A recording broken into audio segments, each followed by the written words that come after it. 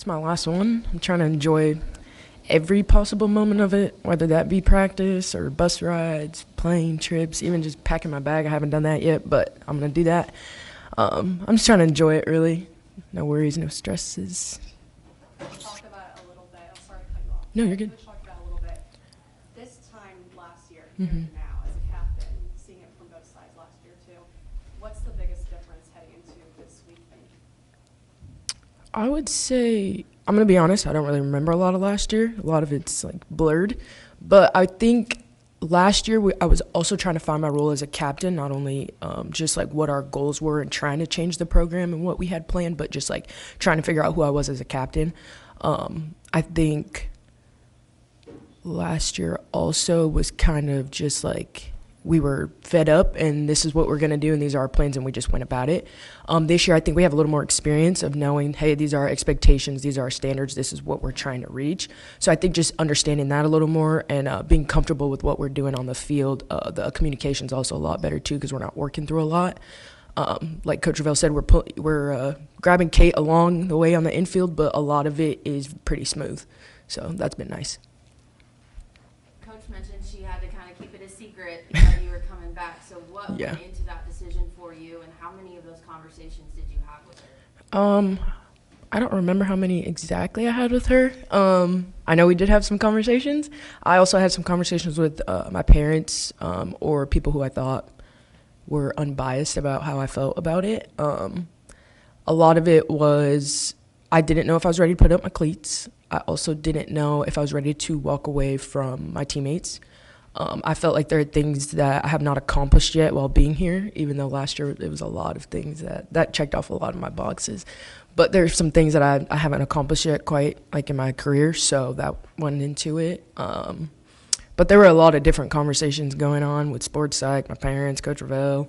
So, but I'm happy I'm back.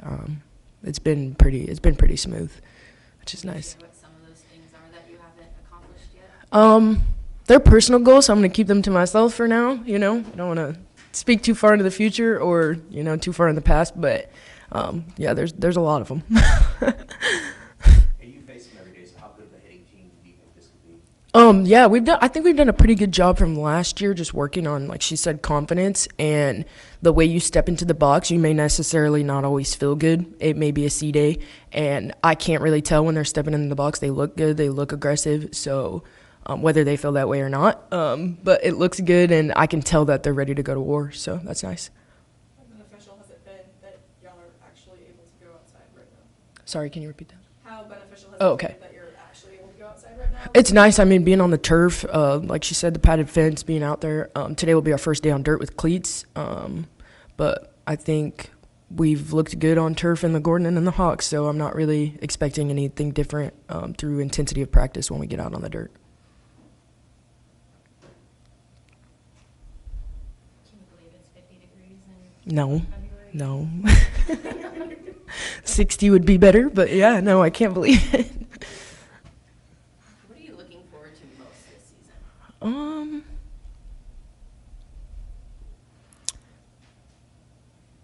Honestly, I think just playing. I mean, like I said, it's my last one.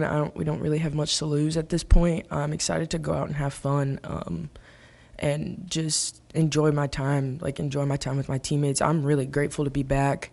A lot of people don't get the opportunity, especially if it wasn't for COVID, which is sad for some, and it's been a blessing for me at this point to be here still. I'm just enjoying it. I'm literally enjoying it. If I could put that into any other words. How would you describe yourself as a leader? Like, when you think about yourself as a captain, what kind of captain do you want to be? How do you want your team to view you? I think the way I see myself, I'm very honest. I try to be very real with my teammates, and I feel like they appreciate that because sometimes I think in society that can be a little hard to get that from people. And I try to be as caring as possible, but I'm always going to give it to you straight. And I just want them to know that I'm always going to have your back regardless. And as the grandma on the team now, like, I'm always going to look out for you, but I'm going to tell you these things so you don't have to go through what I went through when I was 18 or when I was 20. So I'm going to teach you these things so you know what to expect and what to prepare for, whether that be personally, on the field, off the field, mentality-wise. But that's what I try to do as my role as a captain.